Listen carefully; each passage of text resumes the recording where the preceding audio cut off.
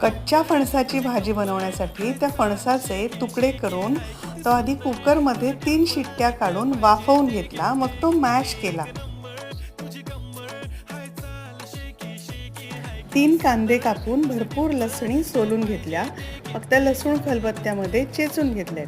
आता एका कढईमध्ये तेल गरम करायला ठेवलं. हा कढीपत्ता सुद्धा घेतलाय. तेलामध्ये राई टाकली, जिरं टाकलं, चेचलेले लसूण आणि कढीपत्ता त्या तेलामध्ये टाकलं. लसूण थोडीशी ब्राऊन झाल्यावर मग टाकला कांदा. कांदा शिजण्यासाठी कढईवर झाकण ठेवलं, त्याच्यावर पाणी ठेवलं म्हणजे तो कांदा करपणार नाही. कांदा शिजल्यानंतर त्याच्यामध्ये मी टाकलं लाल तिखट मसाला, थोडीशी साखर, थोडंसं मीठ आणि मग ढवळून घेतल्यानंतर ही मॅश केलेली फणसाची भाजी. गार्निशिंगसाठी कोथिंबीर टाकली आणि फणसाची भाजी झाली.